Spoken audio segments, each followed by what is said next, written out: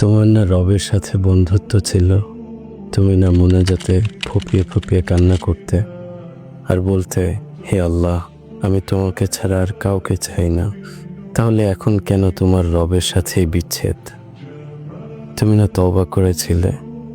তুমি না আল্লাহর জন্য সব ছেড়ে দিয়েছিলে?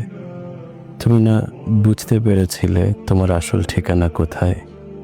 তুমি না মুমিন হতে চেয়েছিলে, ইসলাম মেনে চলতে চেয়েছিলে? ভুলে গেছো? আবার কেন পাপে জড়িয়ে গেলে?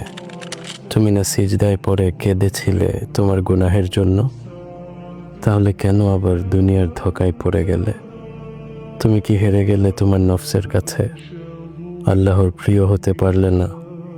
বারবার শয়তানের ফাঁদে পা ফেলছ? ব্যাপার না, এখনো সময় আছে। তুমি কি জানো না তোমার রব কত মহান? তিনি অপেক্ষা করছেন তোমার জন্য, তোমাকে ক্ষমা করার জন্য।